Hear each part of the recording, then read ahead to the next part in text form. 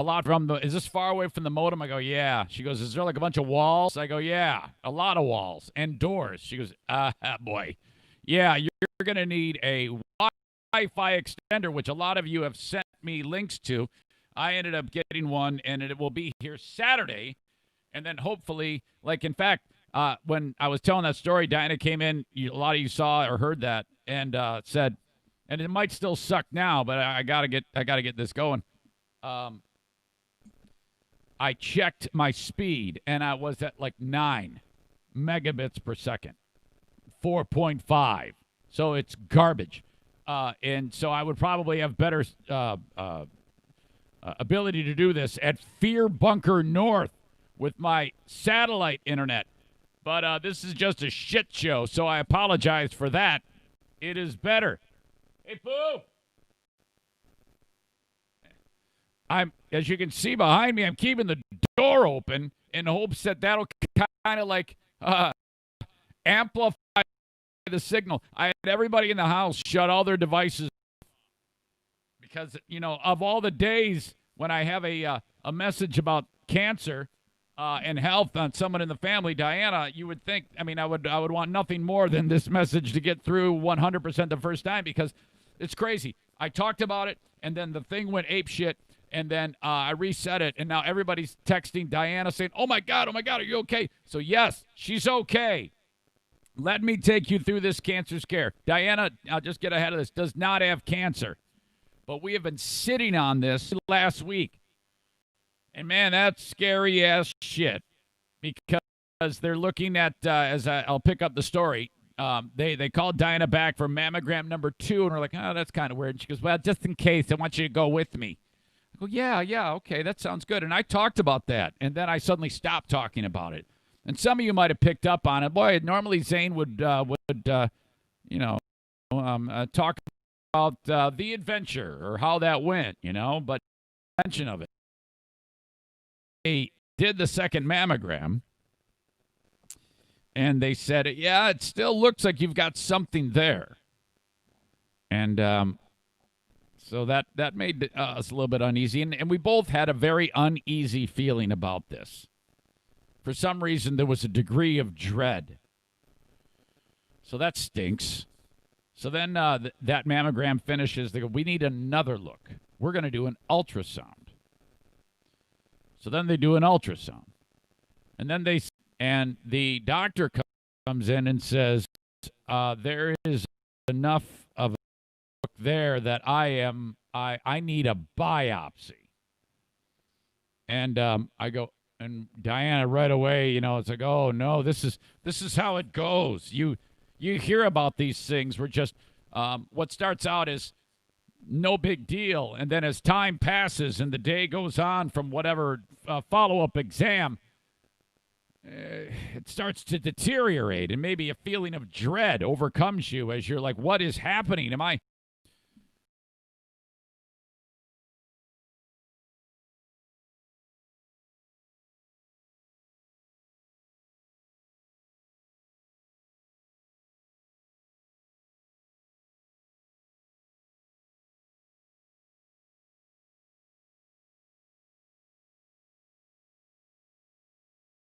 just be a little cyst that when they when they go in with their little device there to check it out on this biopsy, it might just be full of fluid, and then that's it. No big deal. But if it doesn't, when they the word is aspirate it, if it doesn't, because what they do is they watch on the ultrasound. She's sitting there looking at the screen, and then the device goes into her little tubey and works its way around the implant, and then goes up and it touches the trouble area, and then it kind of sucks it and gets the material out. And if it doesn't immediately collapse on itself on the ultrasound, that tells them this is not something that can be aspirated. It's something that's of a mass in nature, but you don't know if it's cancerous or not cancerous. So they aspirated, and it did not collapse. So now they know it's a mass, and then they went and they take that little device there. They grab what they need, the material. to be able to examine in pathology to determine whether or not this is cancerous. And then just in case they leave in case they do have to go in and take out the small bit that's there, they leave a little sesame seed size as a titanium, which is a marker, and it lights up like a friggin' spotlight under the what do you call it, ultrasound, so that when they do go in, they know right where to go. And so they did all that. So when leading up to that, though, the doctor says to us, this is last week, yeah, I'm this mass there. And Diane, I mean, she's just like, oh my God, cancer. There's a million things that go through your head, and we both are dealing with this and very, very scared. But thank God that I had the experience from my mother with a very similar scenario. And so we get out of there, and she's upset and really, having a hard time. And again, if you're just tuning in, this is benign. She does not have cancer. She is fine. But for that period of time, you have the anguish. And as it unfolds, all of us in the family, we have like that thing on your cell phone that tells where you are, so we all know where each other is. And Jackie calls me. She goes, what do you do at the hospital? I'm with your mother. Why? Jackie's like always a million questions. It's like she's like 3 years old all over again. Why? Well, she had an appointment. For what? It's a mammogram. Well, she just had one. Why should she get another one? Well, they needed to get another look. It was kind of funky. Is there anything serious? That pause alone was enough. It's serious. Something's going on. What's going on? So Jackie's in on it. Hang on. I got to drink this coffee. I'm going to finish it. Hang on. I just bounced the cup off my tooth. Did you see that? Oh. Shit, that hurts. Damn it.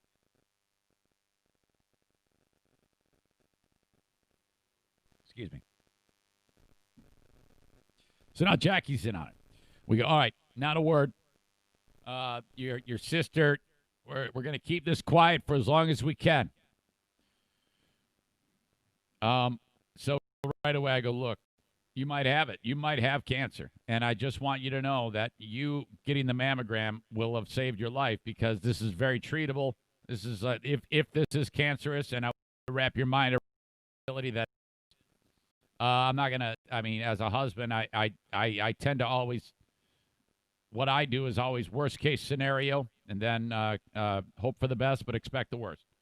So I'm like, and if it is cancer, it's super small. You've done it. Congratulations. You're going to be a cancer survivor. Well done. She's like, I know. And I go, look, if my 83-year-old mother can survive this, you can survive this. Not a big deal. Seriously. So then we got to deal with that, for a week. It's just like, shit. Oh, boy. And so Wednesday, we went back to the hospital for this biopsy. It did not aspirate. They got the sample that they wanted to determine whether or not it's cancerous, and then they send you home. They say, we'll call you in a day or so to let you know if you have cancer. Oh, my God. So yesterday, I sat down here. I did the podcast. I didn't expect Dinah, it's Thursday. The appointment by Friday, you'll know. Well, they called yesterday. And I'm sitting here, and she reaches out, and she's actually at a parking lot. She goes, yeah, they called. And I could tell it was good news, because she just seemed to be just relieved. And she goes, it's good. It's 100% benign. It is nothing cancerous. It is a benign mass, but they would like to take it out, so they are going to take it out. So, woo, boy, what a relief that is. And I tell you what, I have just grappling with the potential of something like that. Diana lost her mother. Diana's mother was very, very young when she died. And, Diana is approaching the age that her mother was when she died. So, it's just, it was just rough to think about. Because, your mind, you start to play out scenarios, and you always go to these very dark places, at least for me. And I'm not going to lie to you. I'm thinking about what it could be like. See, my brain tries to trick me all the time and hurt me, as you all know. And my good pal Throat/Dale once told me, he goes, don't think about the past. It'll make you sad. Don't think about the future. It'll make you anxious. And boy, did it, because in my future, I was alone. And that was, I was like, oh, man, I can't imagine. And then the kids, you do, those thoughts do run through your brain. So, I kept it from you all because of Diana's wishes. But then I said, hey, so this is something that we're going to discuss. Is that okay? And she said, absolutely, absolutely. So I'm just so thankful. But it's all okay if you're just tuning in. It is a benign Matt. Hi, honey. How are you? Good. How are you? Have you heard from anybody else saying that the feed is still nutty? No. Well, that's good. Now. I hope I can get through it. It's crazy. Here we live in this golden age of information and technology, and I have to go through and turn the Wi-Fi off on all the other devices in order to do this podcast. Stupid. What's going on all of a sudden? I'm not sure, but I ordered this device called a Wi-Fi extender, which might help. Well, that'll be good. I don't know what it scares the hell out of me when you come walking in here, but there's nothing you can do. I noticed you were like trying to get my attention, and I can't hear you. Right, and I didn't want to scare you, but I also didn't want you to keep going. And when it kept freezing up. Yeah, no, I'm glad you did it. Who was it? Dean who reached out to you? Who reached out to you? Dean. Nice. No, that is good. It's usually Dean or Megan or. No, that's good. Those are the show's producers. Yeah. Do you want to be seen on camera? I don't care. Do I look okay? Yeah, don't show your boobs. Hang on, I want to see how it looks. I think it looks okay. You know what? I'm not gonna do that. It's too much of a pain in the ass, and then I can't concentrate. Yeah, they don't need to see me. They just can hear me. And Daisy. So, can you take me through, and can you take the audience through what the last week plus has been like for you? Very nerve-wracking and anxiety-ridden. I imagine. I mean, it was for me. I can only imagine for you. It must have been 10 times worse. Yeah. You helped me, though. You made me a little bit more at ease. What did you think of the approach about, hey, it might be cancer, and if it is, you got this? Yeah, I mean, I think that's an honest approach. That was an honest, good approach. I mean, it was good to hear, 80% of it is benign. 80% of them is benign, but it's also good to hear, but if it isn't, that doesn't mean it's a death sentence either. I actually forgot to mention that physician who we first met with, because you were when she first told us that it needed to be biopsied, you immediately almost checked out. I could tell your mind was racing into places that it shouldn't go. So I started asking questions to her, and you were just sitting there. Do you remember that? Yeah, I was just sitting there. Well, I was kind of numb, and then I kind of teared up a little, and then I mean. It was just scary. Right. Did you think of your mother?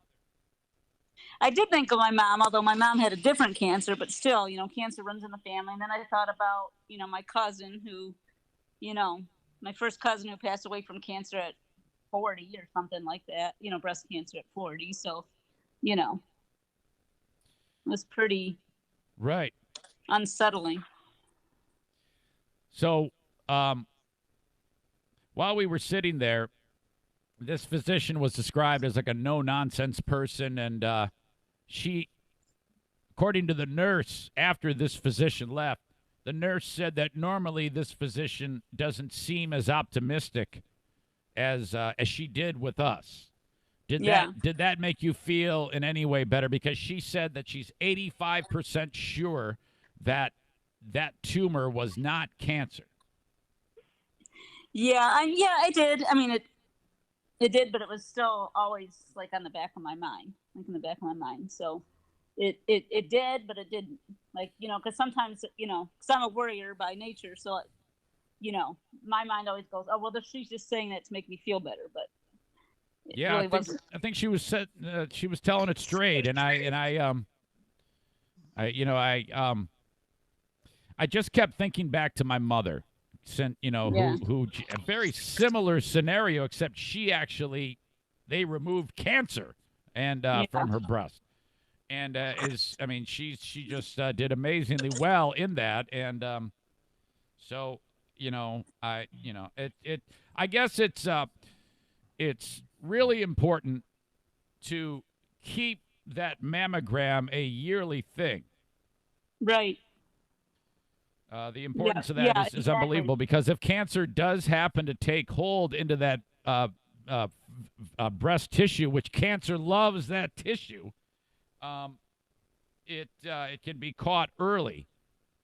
Truth be told, you had waited a short amount of time. You actually had missed a few yearly mammograms. Isn't that correct? Yes, that is right, which I will never do again. What was your attitude when you just like, was it because of we had a change in healthcare within the household? Yeah. Did that have something to do with it? Yeah. Yeah. So that had a part to do with it, and then I just kept forgetting about it, and then I don't know. Right. You know what I mean? I just, like, time passed so quickly. I don't know. I mean, I could probably come up with a bunch of excuses. Well, but yeah. I just kind of forgot about it, really. So a handful of weeks ago, you do end up going and getting that ultrasound. Now, had this been a cancerous mass, which, by the way, masses like the one in your breast can become cancerous, can they not? Yes. So that's why they are still going to remove it.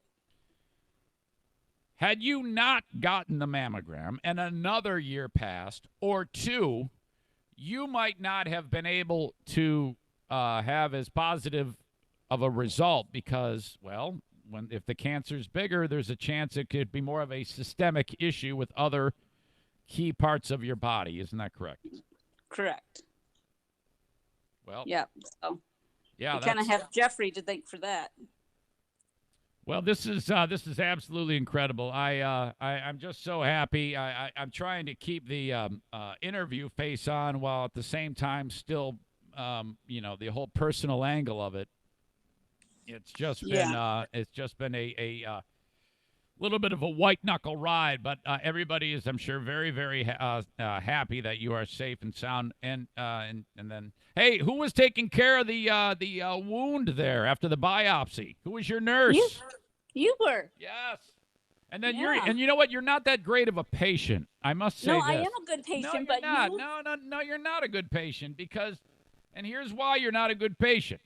I listened to the nurse, and she talked about the importance of keeping that area where the biopsy was done clean, and here I'm looking at it, and it's been hours since the dressing has been changed. It needed to be cleaned off appropriately, and you're like, it's fine.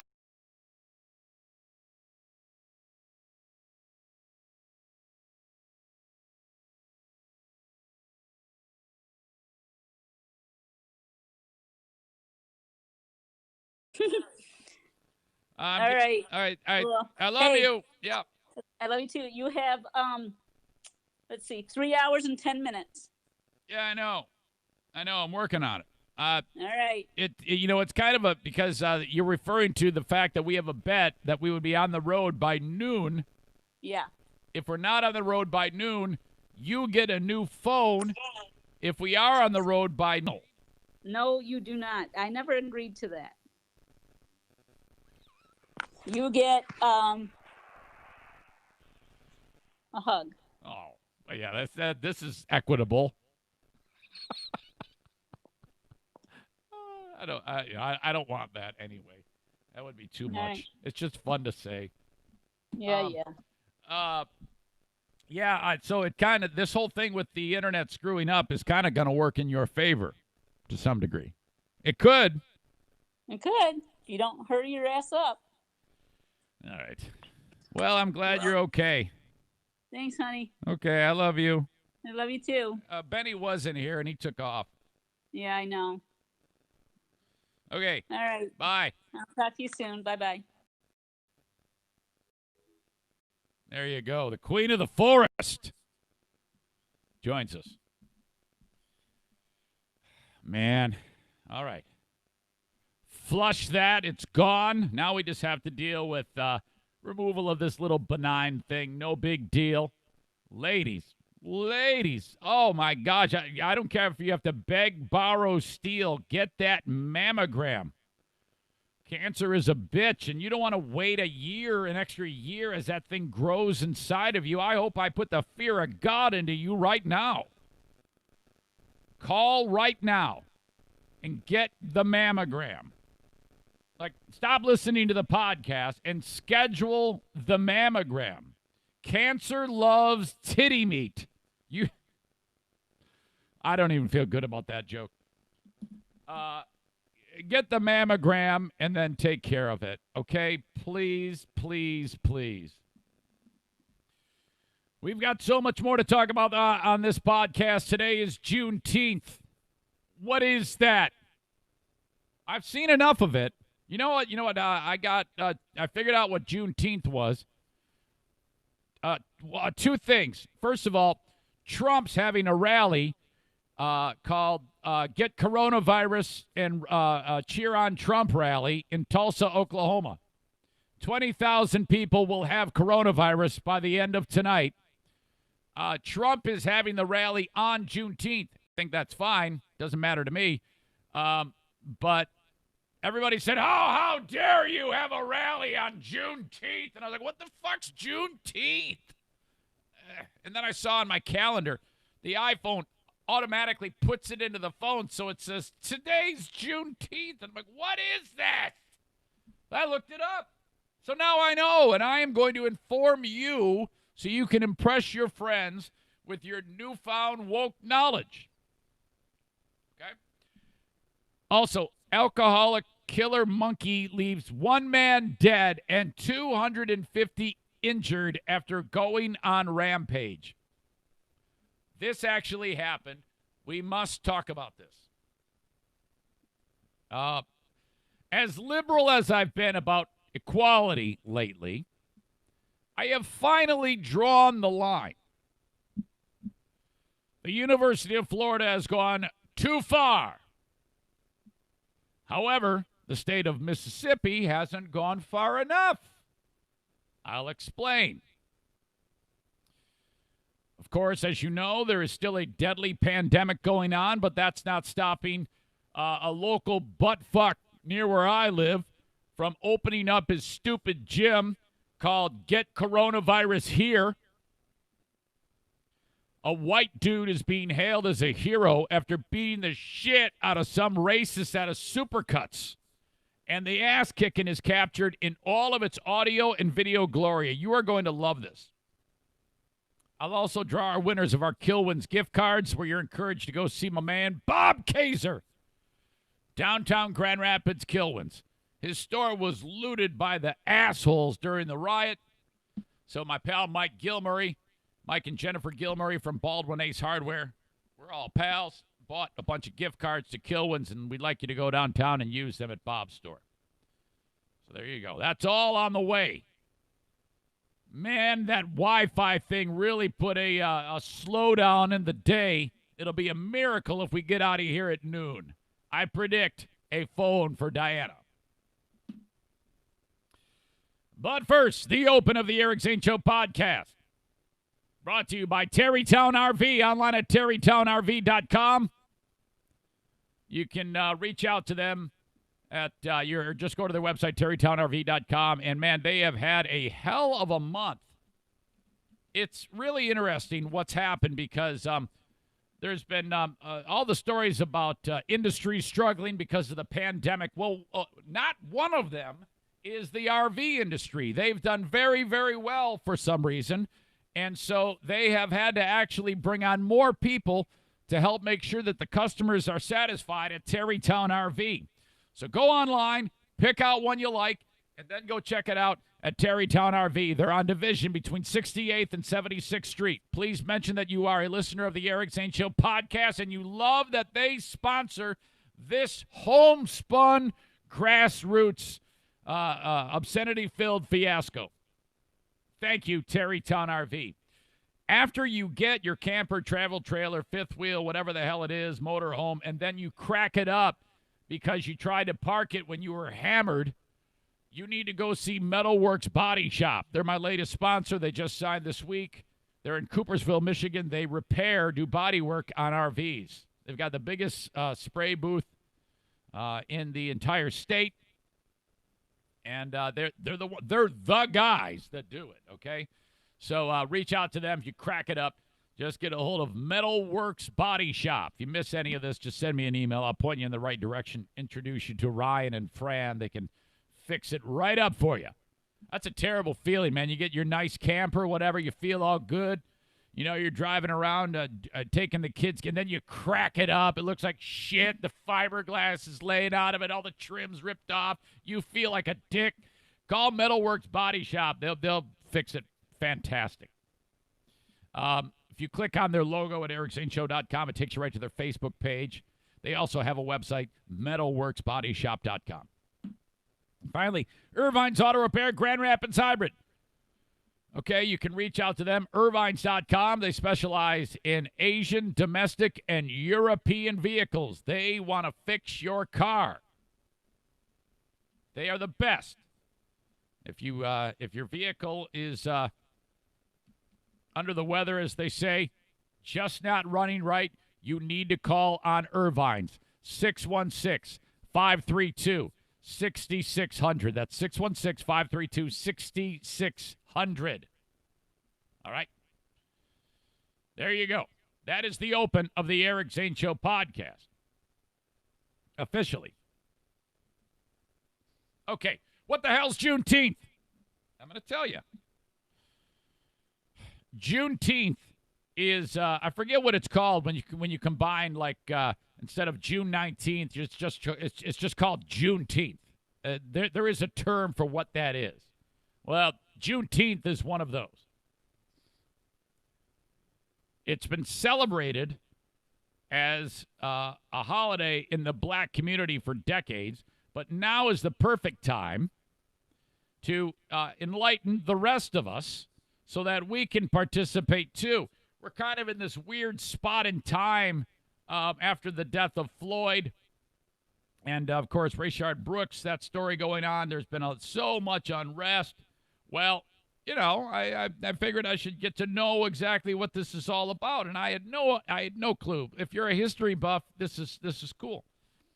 So way back when the Civil War ends, Abraham Lincoln says, "No more slavery." The whole Emancipation Proclamation. Abraham Lincoln signed it in 1863. War is over. We have kicked the hillbilly ass. Screw your stupid Confederate flag. Abraham Lincoln should have said, "I free the slaves, and you cannot put up any monuments to these races." He should have nipped that in the bud, and then we wouldn't have had the problem that we're having right now. But no, he went ahead and he signed the Emancipation Proclamation, so the slaves are freed. Now that doesn't mean it's the end of terrible things happening to black people. In fact, in a lot of ways, it's just the beginning. But that was when it started. Well, one spot on the map did not get the message, and I'm not buying this. It seems weird to me. 2.5 years later, in Texas, well, nobody bothered to tell them, apparently. That's the story. That Texas was like, we don't know that the war is over, so we're going to keep having slaves. Excuse me, which is just bullshit. So A Union general, an officer by the name of Colonel, actually, I said general, it's Colonel Granger. The United States sent a Union officer to tell these hillbillies in Texas that you can't have slaves anymore. And that happened on June 19th, 18 whatever. Okay? Abraham Lincoln signed the Emancipation Proclamation in 1863. It took 2.5 years for the word, they didn't have cell phones in those days, to make its way to Texas, the furthest west place where slavery still was, explained George Bayard, the executive director of the Grand Rapids African American Museum and Archives. They sent this dude, Colonel Granger, down to that area to tell the people they were free. Boy, that'd be a shitty-ass job. I mean, I would have made sure that if I'm Granger, I was like, all right, I want to make sure that I have like 10 regiments behind me, because these dumb Texas hillbillies are not going to take this message kindly. They're not going to believe me. So I want, a couple of cannons set up and aimed right at these people to shoot at them if they give me even 1 ounce of shit about this. I'm expecting that they were expecting that it wasn't going to be taken lightly. They sent this Union officer, Colonel Granger, down to that area to tell the people that they were free. Didn't they have like the Pony Express or some shit? Couldn't they like send a telegram or anything? I'm not buying that. Once the people heard, they immediately started to celebrate. The day was dubbed Juneteenth, merging June and 19th together. It's also commonly referred to as Jubilee Day or Emancipation Day. It was the last official day you could have slaves. Before that, it was like, yeah, slavery, we love it. Yeah, it's great.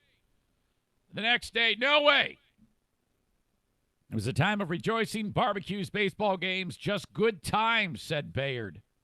Yeah, that's tricky business, because I can just imagine if you're in an area where there's, let's say this Colonel what's-his-face shows up there, Colonel Granger, and he shows up at like a plantation, and there's 500 slaves there, and then the guy who owns them all, and Colonel Granger says, yeah, no more slavery, so all these people are free. Can you imagine being a fly on the wall when that happened? First of all, if I'm the slaves, the first thing I do is kick the guy's ass and kick his ass out and move into his house. That's the first thing I do, because I don't have a place to stay, right? I've had to live on this plantation and be treated like a piece of property owned by the slave owner. So, yeah, right away, I beat the shit out of him and raid his fridge and sleep in his bed, make him sleep outside, and then that's the end of it, because at the end of the day, all of these slaves, they had no place to go. I can only imagine. They're like, oh, yeah, we're free. Wait a minute. What do we do? What are we supposed to do now? What a crazy-ass time and a crazy-ass thing. So that is what Juneteenth is all about. If somebody asks, what's this Juneteenth? Say, that is the last day that slavery existed in the United States. This day is a commemoration of that, because the Texans did not get the message. For 2.5 years? I do not buy that. That is such horse shit. 2.5 years it took to finally get the message to these people. So there's all sorts of celebrations going on. Socially distant, of course. There's a celebration on the Kalamazoo Mall going on now till 4 p.m. Juneteenth community. I don't like the name of this one. It seems a little weird. It's a black celebration. It's called the Juneteenth Community Drive-By Parade. Not good. 2:30 to 4 p.m. This one might be fun. The Unapologetically Black Cultural Festival. There you go. That's the party. 4 to 7 p.m. tonight, Grand Rapids, and on Martin Luther King Park at 900 Fuller Avenue. There's an open mic protest in celebration of Juneteenth, 5 p.m. at Rosa Parks Circle. March for Black Lives, March for Black Unity, 6 to 8 at Rosa Parks Circle. All right, so a bunch of stuff going on. A lot of people say this should be a national holiday. So, I'll tell you what, in this day and age, now's the time to bring that up. With all the shit that's going on, I mean, seriously. All right, so that's what's up. I have an update also on something that's kind of historical. Has nothing to do with anything that I just talked about, but something that I have talked about before on this podcast. Remember, many times I've gotten into the story of Forrest Fenn, who's like a really old and slow, boring version of Indiana Jones. Forrest Fenn had been collecting artifacts and antiquities over the years, like the character Indiana Jones, but he'd been doing it at a slow, methodical pace and been gathering wealth. He's an old man right now, and years ago he decided to put out a treasure in the Colorado mountains. He had made a publication, a book. He has written a book, and in this poem that is in the book were clues as to where this supposed treasure chest was. Over the years, as the story goes, several people had died. Within the last 6 months, people had died while looking for this treasure, people who thought that they found the damn thing. Well, just a month ago, I talked about this.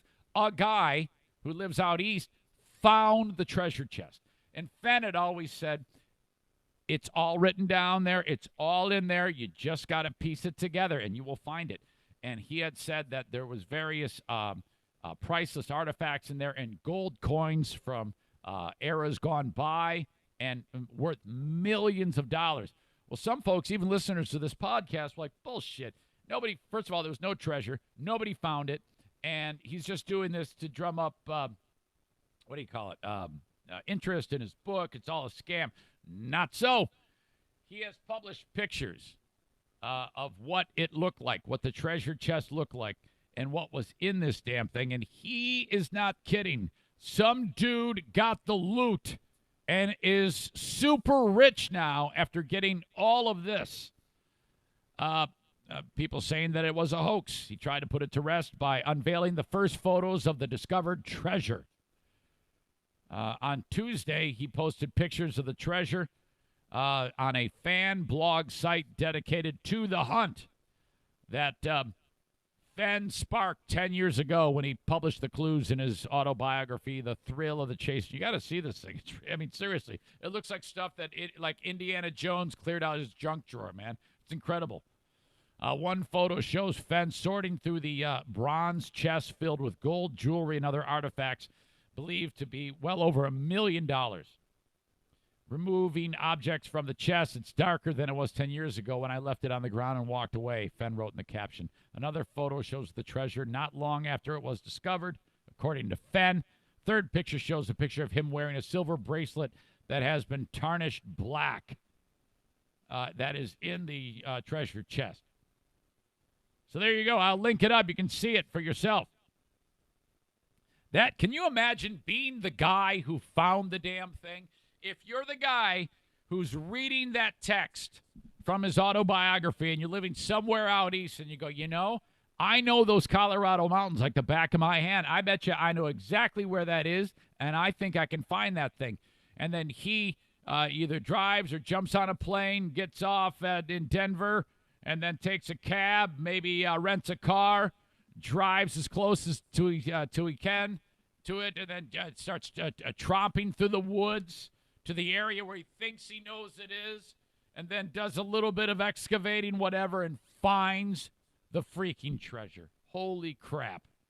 What a thing. All right. Got a bunch of stuff coming up, including the University of Florida has gone too far, but the state of Mississippi has not. That next. But as always, Father's Day. It happens Sunday. Give the dad in your life an Eric Zane Show Podcast cameo. You find it at cameo.com/Eric Zane. It's only going to cost you a little under $16. I'm dirt cheap on Cameo, but boy, is it fun. I can make it as sweet and kind or as raunchy as you want it to be. I can roast dad or the dad in your life. Maybe it's your husband, father of the kids. Let me set him straight, okay? You'll give me a couple of details as to what you want me to say, and then have at it. It's a lot of fun. You find it at cameo.com/Eric Zane. Horizon Hydroponics. That's where you get everything you need for growing stuff indoors in a hydroponics world. Could be tomatoes, could be cucumbers, could be succulents. I actually saw a succulents farm at Horizon Hydroponics. Incredible. Or maybe it's cannabis. They know how to do it all, man. They've got the science behind it, the expertise. Everybody there is a brainiac, a wizard on growing stuff, okay? If that's your thing, Horizon Hydroponics is where you need to go. Their website is Horizon Hydroponics, Horizen, hydroponics.com. If you want to shop in person, they are on Alpine in Grand Rapids. They've got the Growers Outlet in Byron Center, Michigan. They got a store in Kalamazoo and a store in Lansing. All right, thank you to them. Baldwin Ace Hardware has just upped their sponsorship. Starting Monday, you'll be hearing from them every single day. God bless Baldwin Ace Hardware. When you go up north, don't bring the stuff from the big box store. Buy it at Baldwin Ace Hardware. Thank you. They are an amazing, supportive, wonderful sponsor of the Eric Zane Show podcast. And part of their sponsorship starting Monday is they are sponsoring Diana. I talked about this. Yes, every time we mention Diana, we will be saying this story centering around Diana is brought to you by Baldwin Ace Hardware, the official sponsor of the Queen of the Forest. Get your stuff at Baldwin Ace Hardware. Kent County Health Department reminds you to cough into your elbow, reminds you to wear a mask, reminds you to be socially distant. Don't shake hands. Don't be a stubborn asshole. Don't go to your stupid patriot rallies. All right, forget all that shit. Michigan is the most successful state when it comes to dealing with the pandemic. It's because we've got a ball breaker governor and a ball breaker AG who doesn't give a shit about your feelings, okay? They want you to stay safe. That's why Michigan is leading the charge in health. Thank you to the Kent County Health Department for allowing me to talk about their initiatives. 616-632-7100. If you think you need a COVID test, they've got 4 testing stations. It's so easy to get those now. AccessKent.gov is their website. If you're struggling to make ends meet, call upon them to get more info on the WIC program as well. 616-632-7200. I guess there was some other group at the Capitol yesterday. Those stupid militia rallies are running out of steam. I saw this sloppy ragtag bunch of fucking gang members toting their fucking weaponry, trying to intimidate people at the Capitol. I think I want to go to the next one and go up to each individual guy there and say, you're a fucking pussy with a pin dick. And then move, hey, pin dick pussy. Hey there, how you doing, pin dick pussy patriot? Look, you must have a pin dick. Oh, my God. Fucking idiots. All right. Despite, by the way, I was referred to as a liberal Republican. I can live with that. Despite all my liberal views on the world that has so many of you children pissed off in the last week, I continue to plant my flag in shit that is unfettered and unwavering and steeped in absolute extreme wisdom and knowledge that shines like a beacon in the night. Okay? And if you do disagree, you're certainly entitled to your stupidity. But just to be sure, you're not going to change my mind on these things because I've thought about it good and hard. Where do I stand, though, on the University of Florida banning the gator bait chomp? You know the gator chomp that they do, that the fans do, because they're the Florida Gators, and you go into the swamp and you're whatever. You know, the Tennessee Volunteers show up there for another year to get their ass kicked by Florida. And the fans are all doing this shit. I mean, that's intimidating as hell to try to win a football game in the swamp. Well, they can't do it anymore. And this is the biggest bunch of shit I've heard in a long time. You know, I am all about being sensitive to our African-American sisters and brothers. Considering all of the shit that's gone on, I am woke as shit. I have changed my view on Kaepernick. I have said what I've said about the death of people at during the cop incidents, two in particular, the death of Rayshard Brooks and George Floyd. But this is ridiculous and unnecessary. So with the fans doing the Gator thing and chanting Gator bait, the president of Florida, whose name is Kent Fucks, and I'm not kidding you. Some might say Fuchs, but I'm going to say Fucks, just like that lady Olympic boxer in the news earlier this week. This guy spells it the same as her. Fuchs. Kent Fucks, who, if you drop the E and add a U to his first name, it's hysterical. Hell, if you do a word scramble, you'd say cunt fex. Shit. Kent Fucks says you can no longer do the Gator bait chant because it is racist. I'm here to say, no, it's not. I don't know who got into this guy's brain. I think I know who got into his brain. But this is such a fucking stretch. It's embarrassing. Because there is not one person in that stadium that is thinking what some people say this means. And it doesn't mean anything. It means our team's alligators, and we're going to bite you and keep you from scoring a touchdown. Chomp, chomp.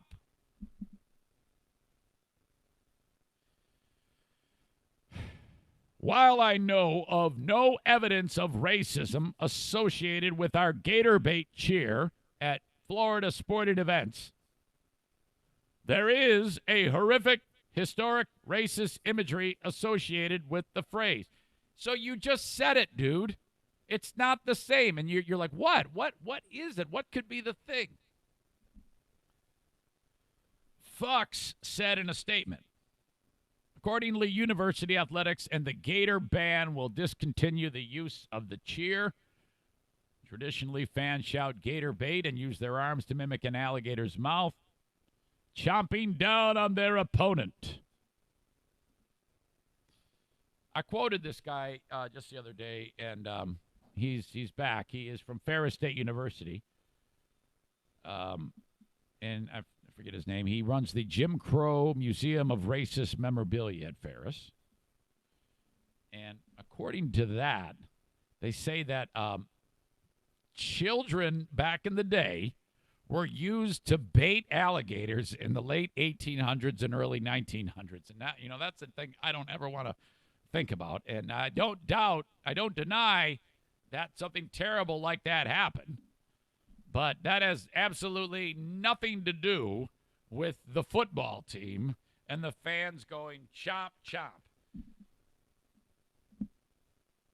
It just, newspaper articles and postcards from the time period also highlight the practice. Boy, that's ridiculous to think that, hey, having a great time here in Florida. Wish you were here. Send here. You flip it over. Oh, my God, what the fuck?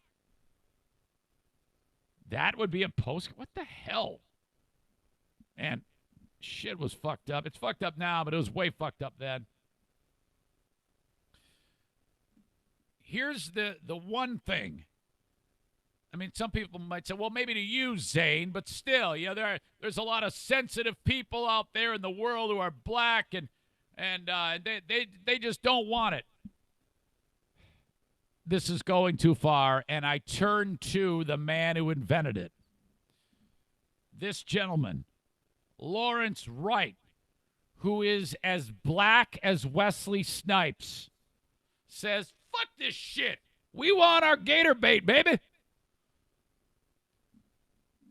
We need look no further than Mr. Wright. He invented the chomp, and he's black. Why can't the guy who runs the school go, well, don't blame me. If there is some two woke millennial pieces of shit who are yelling at Mr. Fucks about the chant, all he needs to do is say, I defer to my Wesley Snipes-looking friend, Lawrence Wright, look at him. He's black as hell, and he said he invented it, and he said it's okay. So fuck you. Talk to him. Wright is credited with popularizing the cheer after chanting, if you ain't a gator, you gator bait, baby. After a 1995 win, told the Gainesville Sun that he himself wants to speak with Mr. Fucks about the decision. Wright planned to release merchandise with the phrase, according to the paper. I'm not going for it, said Wright, who was a member of Florida's first national title-winning football team. Oh, I didn't realize he was on the team. He says, I created something for us. It's a college football thing. It's not a racist thing. It's about us, the Gator Nation, and I'm black. End quote. Boom. I side with him. See how wonderful this is? You have a show right now, and you're watching, that you don't know where I'm going to go. I might say, yep, this is bullshit. That black guy shouldn't have been killed. That cop needs to be fired. That cop needs to be charged with murder. And then I might turn right around on you there and throw you a curveball and say, hell no, we shouldn't get rid of the gator bait chomp, and hell no, it's not racist. And then I might go the other direction and say, yeah, we got to ban the frickin' Aunt Jemima thing. Fuck yes. You don't know where I'm going to go. It's got to be a real trouble spot for some of you people. Some of you people are either all one direction and all the other direction. And then here I am, kind of let my freak flag fly. And you're like, well, I kind of agree with them some of the time.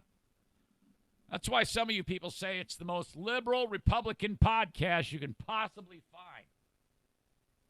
But I would doubt that even any woke liberal watching this show or listening to this show would agree with this. No, you don't get rid of the gator bait chomp. My God. You make it even bigger. You try to make it even more popular. Don't cave to this shit. Who's complaining?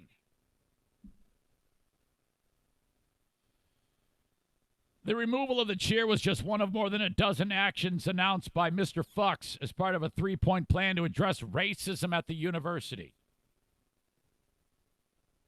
This is what they did.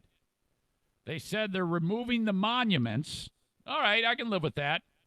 You know, any of these stupid Confederate generals. Rip that shit down. And also removing any names celebrating the Confederacy. Yep, I agree with that. And they would cease relying on prison and jail inmates for farm labor. Wait a minute.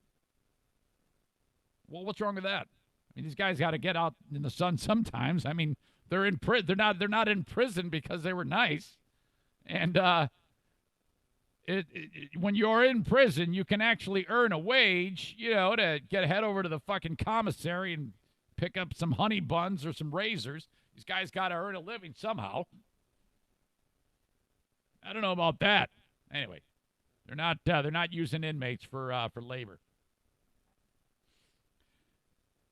And getting rid of the gator chomp.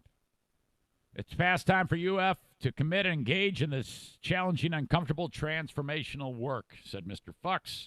We know that we cannot undo lifetimes of injustice and racism. That's not injustice, and it's not racism. And we believe we can make progress in education and advancing truth and reconciliation. Blah, blah, blah, blah. Screw that. That's probably going to enrage the fans, and they're going to do it more. What are you going to do, kick out all the fans? That whole thing's dumb. All right. On to the state of Mississippi. This is where I'm going to turn on you. The University of Florida has gone too far. The state of Mississippi has not. Did you know that the state of Mississippi state flag actually has the stars and bars on it? I did not know that. What? Picture this. Like in the United States flag, in Old Glory. You know where all of the stars are, the 50 stars in the corner? The Mississippi state flag is the stars and bars. So a corner of it has the rebel flag. And then the rest is 3 stripes, a blue, a white, and a red stripe. It's, so what? How is that a thing? Seriously? I say they need to stop worrying about monuments, and all of the attention needs to start with this flag, and those need to be burned immediately. Of course, the hillbillies in Mississippi won't buy that shit, but fuck that.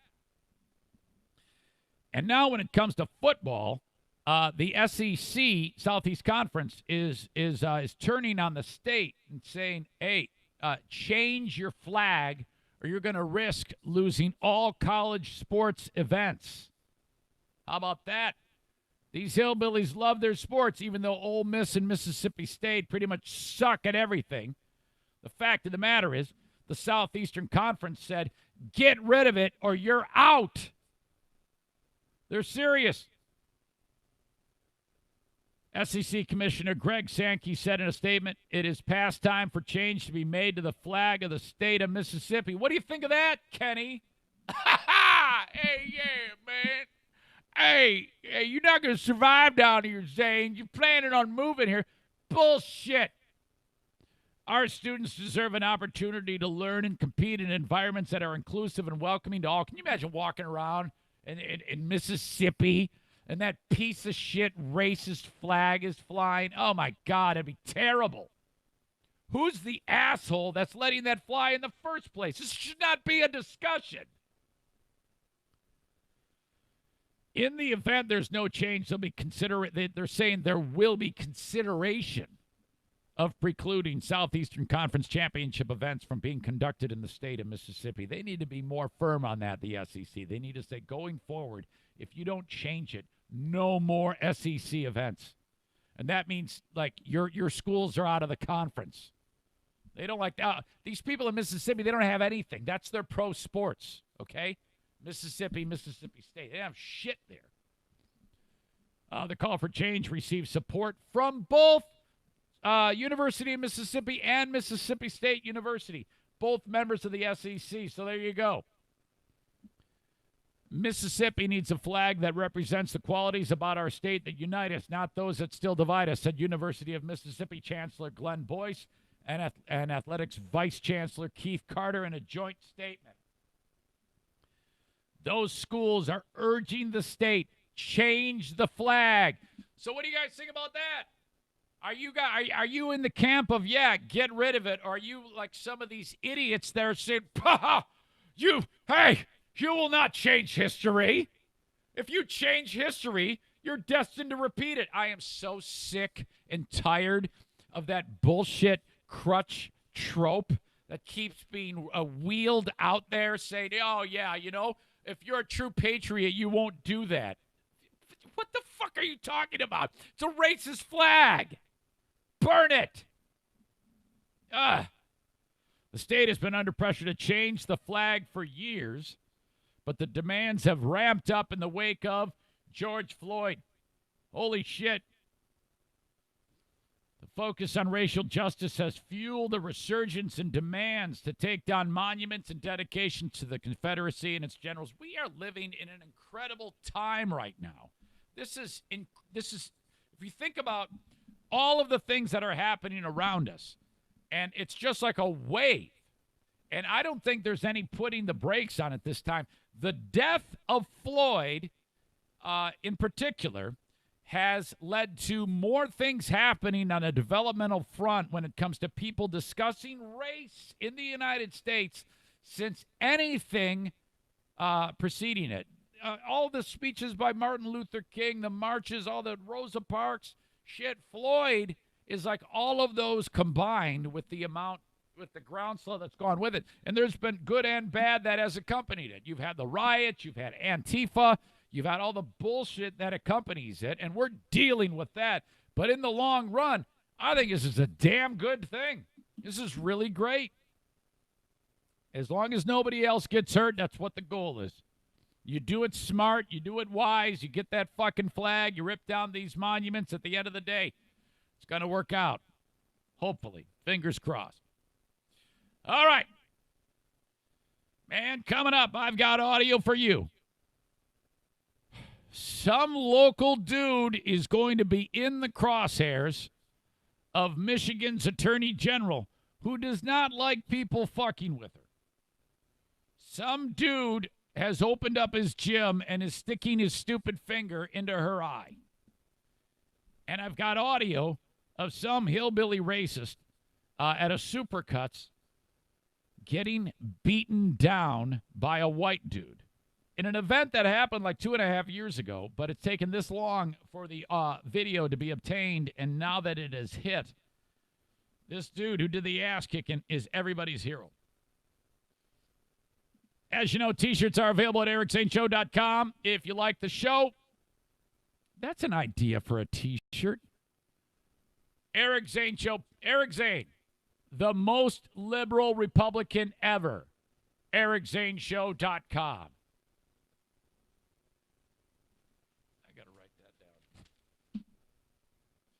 I've got about 3 or 4 T-shirt ideas burning in my brain that I have yet to execute. But I need new merchandise. I sold 2 T-shirts last month. I think Kenny bought both of them. 2 T-shirts. I got a royalty check for $12. I did buy $260 worth of T-shirts for people, for new Patreon members. When you sign up for $10 a month, I buy you one of my T-shirts. I got to write this down. Most liberal Republican ever. It's kind of fun. All right. Thanks again to Joe Martinez installing the Comfort Maker air conditioners and heaters or furnaces. AEheatingcooling.net. Senor Martinez wants to work on your stuff. Somebody said, does he only repair Comfort Maker brand? No. Doesn't matter what brand of furnace or air conditioner that you have. He can fix anything. But what we're pushing right now, the big promotion, is the tune-up, man. And truth be told, Joe doesn't make any cash on the tune-up for what he puts in with his time and the mileage and the things he uses to make sure that your equipment is in tip-top shape. He doesn't make a ton of cash on that, but what he is counting on is then, once he does that, you then officially have a guy so that when you get in the weeds, he's the guy to fix that. The AC tune-up is normally $89. You mentioned the Eric Zane Show podcast. It's $79. You can call him anytime. Hopefully not during Telemundo time. If it's after 8 p.m., I don't recommend you calling him. I had Zaniac Tim reached out to him at 9 p.m., and Joe was watching one of those zany Telemundo shows. And then Joe picks it up, and Tim says, tu madre es una puta. And then Joe's like, oh, fuck you. What do you want? Yeah, you got to come in and fix my shit. All right, thanks. AEheatingcooling.net, 616-516-8579. I have a managed IT service provider helping me to make sure that my computer is in tip-top shape. In fact, I needed an IT upgrade. I needed a top-notch running computer. I sat down for a briefing about what I need with Blue Frost IT, and I said, this is what I need for video. This is what I need for audio. This is what I listed it all. And they took those specifications, and they built me a computer from scratch, and they set it up for me right here. If your business needs that type of careful work done, you need to call upon Blue Frost IT, 616-516-8579. They are a managed, I'm sorry, that was Joe Martinez's phone number. Call this number instead, 616-200-8550. Call upon them to be your managed IT service provider, okay? Where Joe Martinez is your guy to call on for heating and cooling, these are the guys you call on for your tech in your small or medium-sized business. They also bring you the Twitter page online at Eric Zane Show, the Blue Frost IT Twitter handle, where people are watching this show live right now. Okay. Though we had the various militia asshole patriots making another sloppy appearance yesterday in Lansing with their stupid gang, the pandemic stay-at-home order is still in effect in the state of Michigan. The hardest thing that they've had to do is convince people that the staggered opening is what is keeping the population safe and not at risk as much. Less at risk, I guess I should say. The fact that a governor that I did not vote for and would never vote for, who I support in her work in the pandemic, decided to open up the state cautiously, starting with the least affected communities first, and very slowly, week after week, allowing more and more businesses to open up, has had a tremendous effect that has worked. We've talked about this, and you can sit there and with your ignorant, stupid mouth say, yeah, it's all smoke and mirrors, it's all not true. Yeah, scoreboard, dick. The state has, where it started off, one of the epicenters for the country because of the quick, thoughtful work, has been diminished incredibly. Now, that doesn't mean it's done forever. As the state reopens, it might be back on the increase. But we have a better chance of getting by than a lot of these other states right now, which turned the faucet on hard and fast. Florida, Texas, Arizona, which are now seen every day, bigger than ever numbers. It's more testing, Zane. Shut up! We've got so much testing here, it's unbelievable. Michigan's one of the most tested states in the union. We don't have that surge. Shut up! My God. The point is, we've opened it up gradually so that we can continue that trend for as long as we can while we wait for vaccination and basically people to have antibodies. Takes time. It's working. Shut up. Well, Zane, the gym is just like Meijer. If Meier's safe, I'm safe. You idiot. Zane, haircutting places, those aren't as safe as Meijer. You moron. The point is staggered opening. It might be as safe. The point is you open it up gradually. Then we can all go, see, it's done. But too many of these dickheads, like this gym owner I'm about to play for you, are trying to beat the system and circumvent what is already in place to keep us alive. And this dick thinks he knows it all when the CDC has said themselves that gyms are the big place you don't ever want to be in when it comes to this pandemic. And the reason why they talk about it in this, when you're working out, the air leaving your body is happening faster and with more force behind it. Thus, you spread shit quicker. You don't want to be in a gym. What's wrong with you? Eventually, you can be in a gym as we continue to chop down the tree of this pandemic. But you dicks that sit there and go your own way and do it the way you want to, what the fuck? So hopefully AG Nessel is going to come down hard on this fucking patriot who is doing shit all ass backwards in his own way. So let's light his ass on fire a little more. A gym in Kentwood is back open in defiance of the governor's order to remain closed.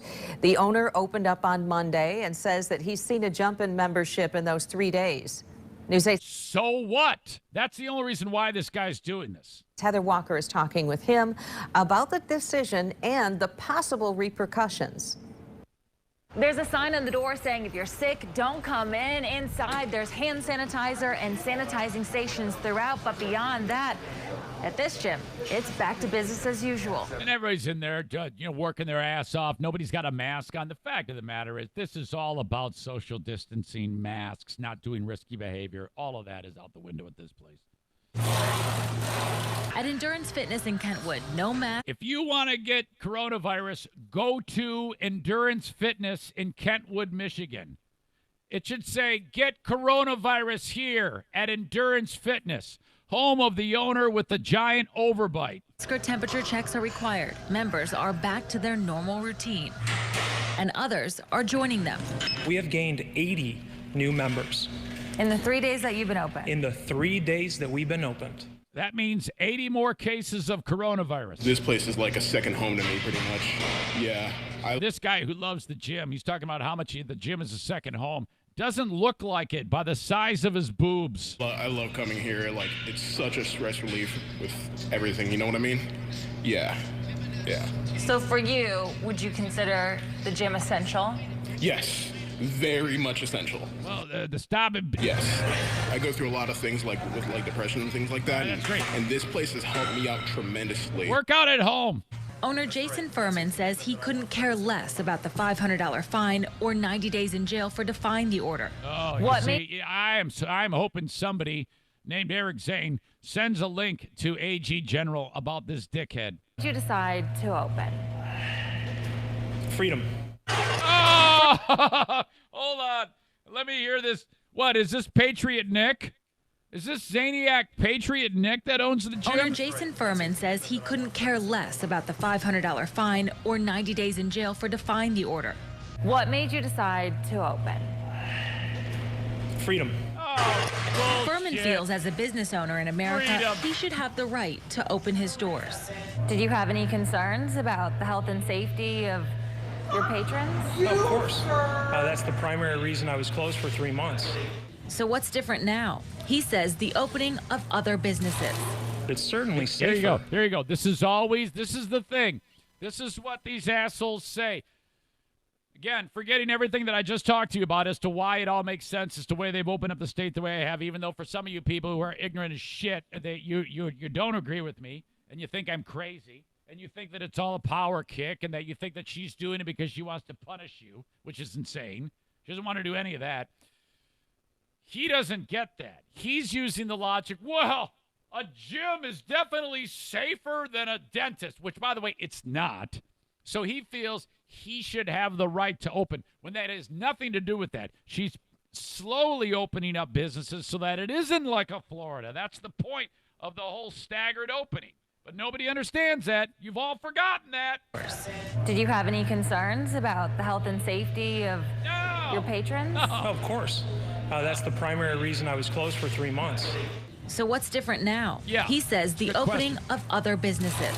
It's certainly safer than somebody working on another human body. No, it's not. Human-to-human contact, where it is with a massage therapist, or with a hairstylist, or with a dentist, or with a tattoo artist.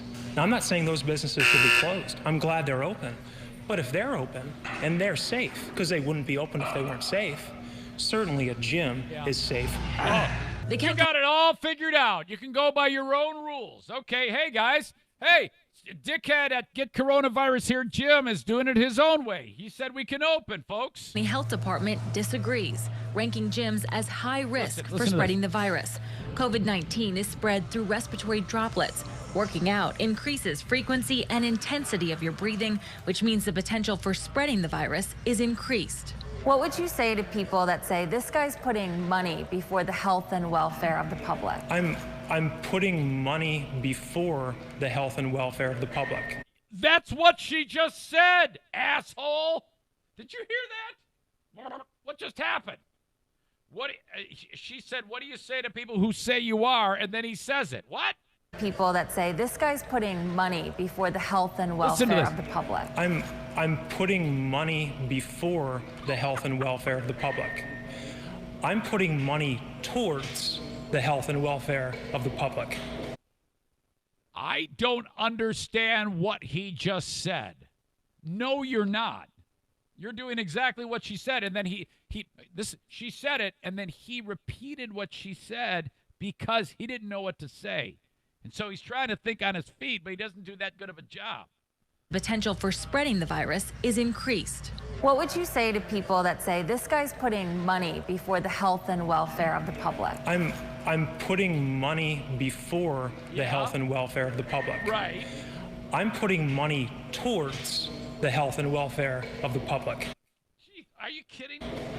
I could care less if I make $1 off of any moment that I'm in business. Okay, well then close I'm it in down. business to help people. Oh, you're Reporting in just here to help Kentwood, them. Heather Walker, News 8. Okay, so remember, also known as Get Coronavirus Here, this gym that they're talking about. Unbelievable. The balls on this guy. What a fucking piece of shit. Holy crap. My God. As always, thoughts, questions, comments, concerns. Eric at ericzaneshow.com. All right. Nick writes, fuck off, man. This country was founded on the principle that individuals have the rights to do dangerous, stupid things as long as it isn't harming anyone. But they are. You can make a decision to put yourself into the situation by attending the gym. Therefore, it's on you. Freedom is an amazing thing. Well, Nick, first of all, I can tell I got to you because you started with fuck off, man. But the fact of the matter is you don't get it. You don't understand how this is spread. You're not looking at this through an intelligent lens. I don't know why it doesn't get through. But the fact of the matter is, if you're spreading the disease to others and you're looking out for yourself only, you're right, that is freedom. You are free to do what you want. But this disease, this pandemic that's killed, by the end of the summer, 200,000 Americans, isn't about that, man. It's not about an individual. It never's been about an individual. It's been about the group. Why you and your cosplay Nugent friends don't understand that, I will never understand you. I don't get it. You're right. It is about freedom of everybody.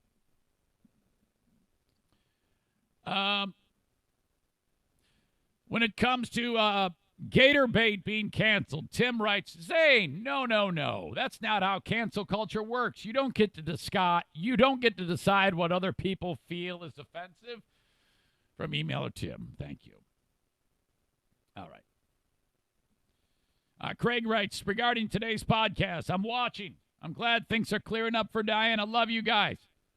P.S. Don't use Wi-Fi for the broadcast. If you can help it, use a Cat 5 or Cat 6 cable. It'll be faster, and you'll have a stronger signal. Well, I would love to. However, the way the Mevo is set up, there's some things in place that make that a bit more of a challenge. Believe me, I'm trying to run out these ground balls. Okay. All right.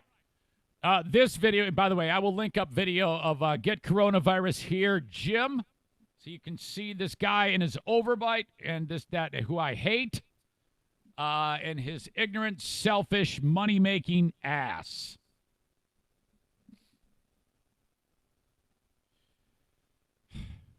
But first, this video I want to play the audio from, and the story behind it is this. The dude who is doing the ass kicking has been trying to get this video for 2.5 years. And I'm really surprised it took him this long, but it happens to make an appearance at really a fantastic time. Story goes, there's a guy, the good guy, is getting a haircut at Supercuts. And another guy, a white guy, is getting his haircut at Supercuts. Another white guy walks into Supercuts, and he walks in, and as he sits down, he doesn't like the music playing, And he said out loud to whoever could hear him, who's listening to this N-word music? And according to the story, he used the N-word 3 more times during his time when he was getting his haircut. Guy number 1, who witnesses all this, he pays for his haircut, and then he goes walking up to the dude and says, hey, I want to talk to you about your language. Do you want to step outside? Now, you can take that one of 2 ways. I would probably look at that as I'm about to get my ass kicked. Well, the racist takes it that way. But the first dude kind of just wanted to talk to him in private, I'm assuming, or maybe he didn't. Maybe he wanted to kick his ass. But the racist gets up, and we see it all and we hear it all. Okay? So I am going to tip the hand as to what happens. Racist is the one who's really loud and obnoxious. And at some point, he puts his finger into the face of the good guy and touches his face. Well, good guy then unloads a really excellent, really quick right cross right on this guy's nose, and then follows it up with more, and then more. And you hear it. You actually heard that first one go smack. I've even isolated it for you. This goes on for a little bit of time. Let's break this one down via the audio, and then you can look at the video anytime you want via ericzaneshow.com in the News segment, or I'll link it up in the comments of this podcast. Here you go.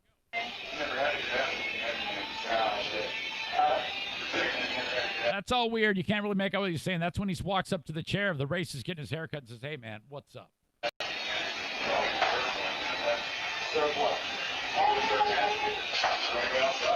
Go outside. That's probably not a good idea. That's okay. He's inviting me outside. You're inviting me outside for a fight? I want to talk about it. I'm asking you if you want me outside to fight. I'm asking you why you say that. I'm asking you if you want me outside to fight. You don't need to if fight. you want me to go outside, you want to fight, motherfucker. Hey! Don't say that shit. What are you going to do? I don't want to do anything in the store, man. And I suggest you take your little punk ass home, punk. Oh, yeah? What are you going to do? I'm not going to do anything in the What are store. you going to do? You asked me to come over here, now I'm over here. What are you going to do, punk? You see that? You see that on your lip? I'm going to put it all over your face. Right there. Then it's on. Did you hear that? Those are all punches. Those are all punches. He's killing them.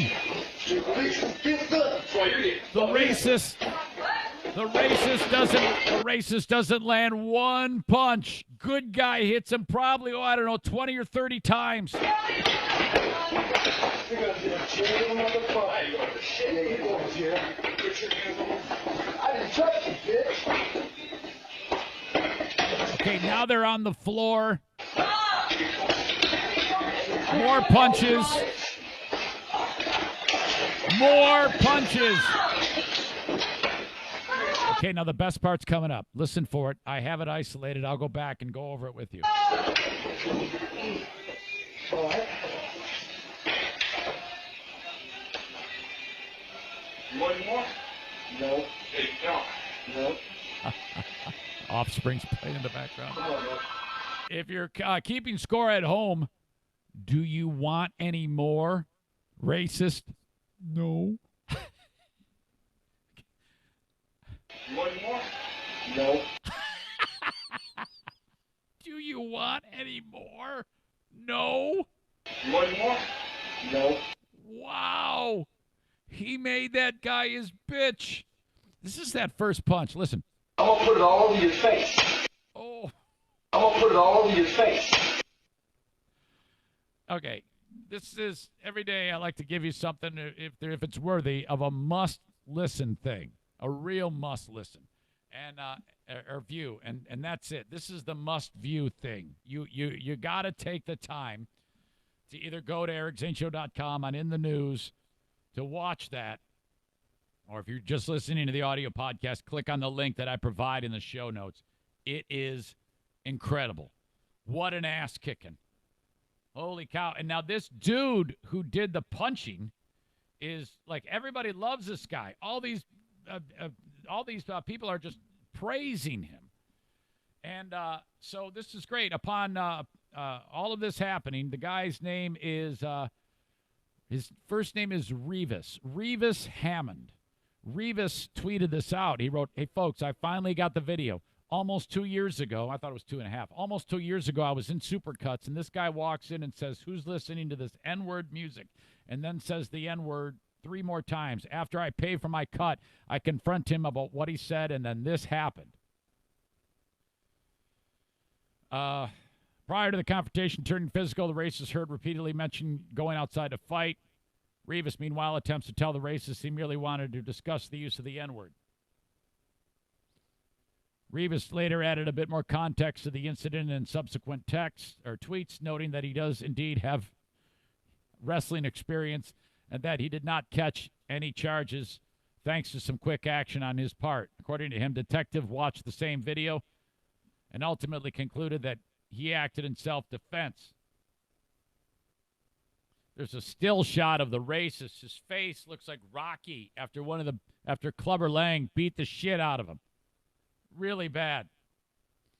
The video, originally shared Wednesday, has been widely commended. Some guy who looks super black named Hanif Abdurraqib at Nif Muhammad says, "Can't even imagine willingly going to a Supercuts, getting my hair cut there, and then getting my ass beat in the lobby."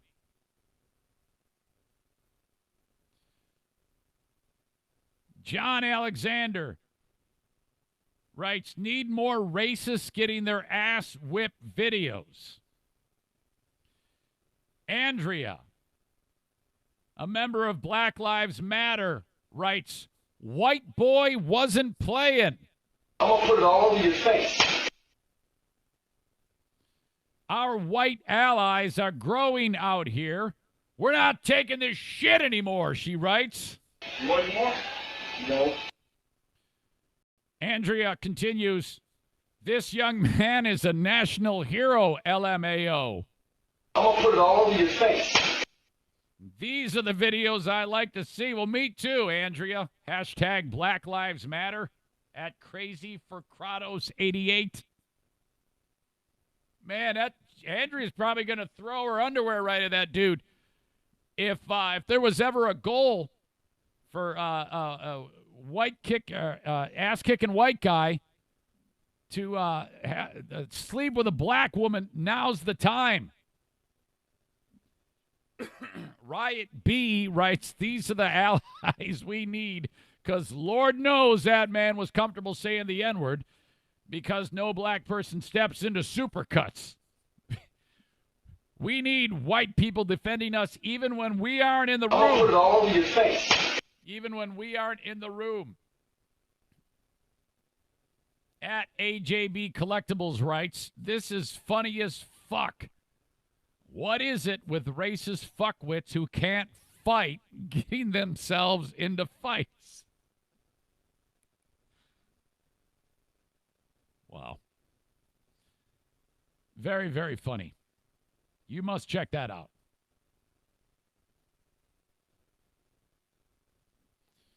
All right.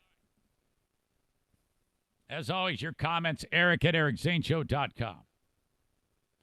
Adam says, "Is it too late to get in the drawing for the gift certificates to Kilwins?" No, because you sent that. Eric at ericzaneshow.com. I'll check just before I draw. I'm writing Adam's name down. This is the old school way I'm doing this. By the way, Patriot Nick, I'm a little concerned by the overreaction on my opinion. Why are you giving me the fuck you treatment? You can't give me the fuck you treatment. What the fuck is that all about, man? I've said a lot worse shit than that before. If you woke up and as a grumpy Gus and are suddenly not used to my liberal Republican viewpoints on the world, well, fucking quit your crying. The fuck is that? I thought you were a little tougher than that. I'm not going to take that shit. Don't fuck you to me. We're in this together. I care about you. You can be dumb all you want about the whole damn thing, but you can't, we're a little closer than that. It's a lot of horse shit. You can take me to task on my points of view on shit. I'll let it slide. You don't even have to apologize, but at the end of the day, I care about you. Megan. Oh, I got to add Megan now. Did you not already sign up? I guess not. If you want in, I'll give you one more chance here to sign up for the Kilwins gift certificate. Why didn't you sign it? I've been talking about this for 2 weeks. Come on. Yes, Kenny, it is a nationwide thing. You can. We talked about that on the podcast. If you guys weren't too busy telling me to fuck off and, having conversations on the podcast with each other and listening to what's actually going on, you'd have known this. See what you've started, Adam? So, all right, you're in.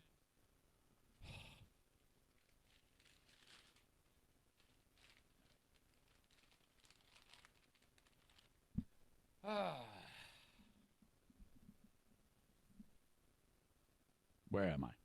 I'm lost. We got two paintball events coming up. Wednesday, July 29th. Paintball War 8 at TC Paintball, the COVID Uprising. It's going to cost you $35. You get paint, mask, and you get gun. That's going to be a great time. It is an evening event, 6 p.m. to 9 p.m. Pizza party before. Reach out to me on an RSVP. Please don't wait. I would really appreciate it if you would send me an email immediately. Eric@ericzaneshow.com. Subject line, paintball. Please. Again, it's over a month away. Wednesday, July 29th. Paintball War 8, the COVID Uprising at TC Paintball. Online at tcpaintballgr.com. The following month is a midday event for the second and third shifters. Wednesday, August 19th. The Dog Days of Paint. Paintball War. Number 9, the Dog Days of Paint. Same deal, different day. Outside paintball. We got to break in Rick's new facility. Rick's another denier, by the way. He's another pain in the ass, just like Patriot Nick about this whole COVID thing. So I'm going to make it a point to make sure that I shoot his face during the COVID Uprising and the Dog Days of Paint. Green Clean Technologies, that's another great sponsor, making sure that your technological server environment is pristine and sanitized to an operating room standard. You cannot have minute allergens floating through the air, landing on your gear, and wreaking havoc. Charged with static and odd particles, they can cause a lot of trouble for all of your services inside, or your HDs and servers in your data centers. Do keep in mind Green Clean Technologies with their professional upkeep. Make sure that all of those are taken care of. Clean, spick and span. Make sure that your server rooms are clean with Green Clean Technologies. Their number is 989-560-7272.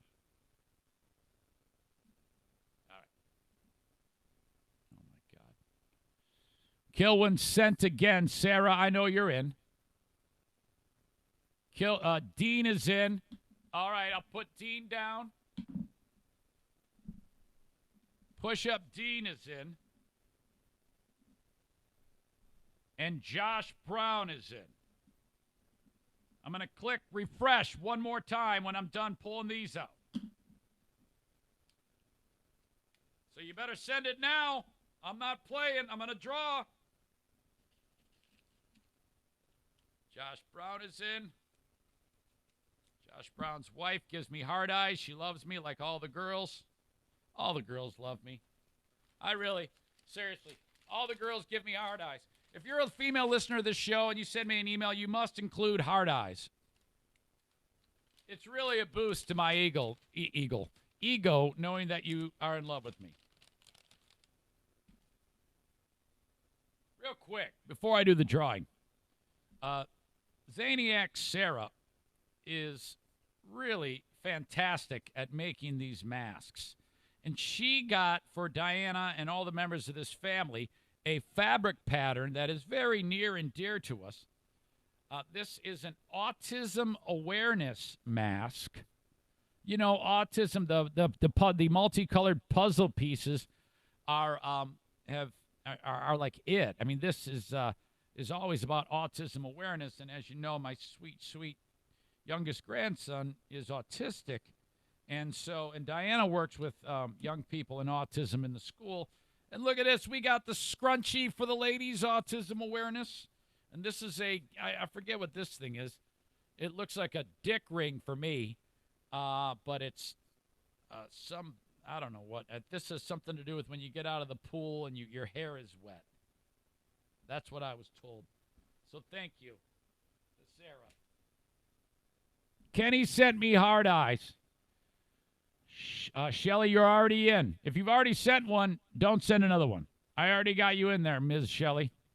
Patriot Nick, are you going to be in there? Or are you going to be butthurt about this whole thing? What's the deal? Fuck you, Eric.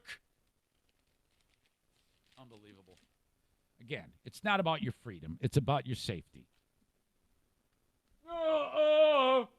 It's about freedom and being a patriot. Our forefathers fought for that. It's about being the Revolutionary War. Probably not helping things. All right, take a look at this. Kill wins. I'll include this is the card. This is the gift card right here. A gift for you to Kill Wins. I will send this to you. If you are not in West Michigan, you go online to their website and you spend $25 with this gift card, and then the food, the confectionary's food, the Kill Wins gets sent to you. If you are in West Michigan, please go to downtown Grand Rapids Kill Wins, right across from Rosa Parks Circle. That's where Griffin's play-by-play guy Bob Kaiser bought that place with his wife. He worked very hard to put that to keep that going, and his business was looted, and so another friend, Mike and Jennifer Gilmurray from Baldwin Ace Hardware, who sponsored Diana, bought the gift cards so that you would redeem them at Bob's place. But doesn't matter, wherever you win. I've got about 30 of you who are in here, and there's 6 gift cards giveaway. Tim Denbraber. He's the dude who called Joe Martinez at 9 p.m. when he was watching one of his silly Telemundo shows and said, "Tu madre es una puta." Hilarious.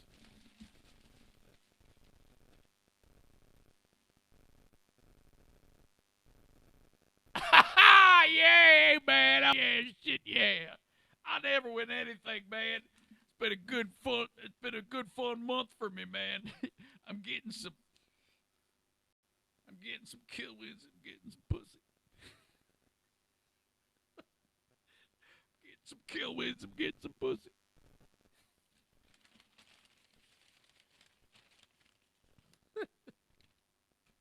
Oh, man, you're going to get my ass in a sling.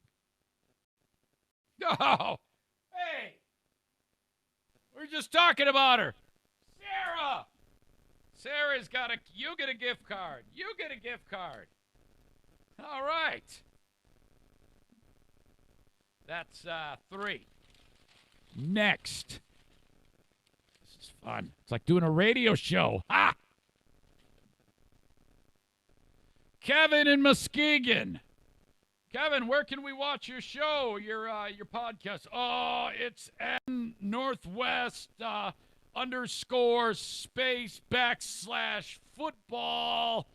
/ Rowdy Man. Kevin in Muskegon.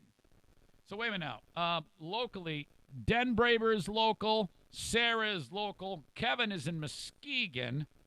So, yeah, you're still kind of local. I would love you to go see Bob Kaiser and buy it from Bob's place. I don't know if I've met Scott Marklowitz. Scott Marklowitz. I'm not sure where Scott is. Scott is in. He's got a damn gift card. This is so fun. All right. Aha! One half of the Threads podcast, the one and only Jason Thierry. He has a gift card. 1, 2, 3, 4, 5, 6. That's it. Scott Marklowitz, Kevin in Muskegon, Jason Thierry, Tim Denbraver. Yeah, Kenny. Yeah, man. Yeah. She's going to touch my weenie. And Sarah. All have one. What are these? Oh, it's just a card. There you go. Well done. The rest of you, thanks for signing up. There'll be other stuff to give away. All right. That's it. We've covered a lot. Man, that's it. The podcast is done. I'm going to wrap it up right here, right now. As always, I really appreciate you. Kenny, Mike, Kenny, whoever the fuck. I'm so drunk right now. Let's go. Let's go. You know, fucked up now. Tell Rita I'm fall down drunk. Ready, yes, All right. Let me tell you something. If I ever piss you off, this is what I want you to do. You either do one of two things. Nothing. And it'll all be over. Word. It'll fade. Word. And then you come back. Take a break. Word. You can also send me an email. Promise not to get too hurt when you tell me to fuck off or whatever it is you're going to bitch at me about. I still love you. It's not my fault that I'm right all the time. Get the fuck out of here! It's not my fault that everybody agrees with my opinion except you. It's not my fault that I very much blatantly stick my hand into my finger into your eye. It's part of the game. Thank you, folks. Thanks for your thoughts about Diana. Woo! Pull and dodge. Get your mammogram, people. Ladies, get your mammogram. I'll talk to you on the Patreon. I've got to update the donation of the kidney. That comes up in just a little while. Have a good one, folks. Happy Father's Day to the dads. Happy Father's Day, dads. My gosh. Happy Father's Day to me. Talk to you later, folks. Bye-bye.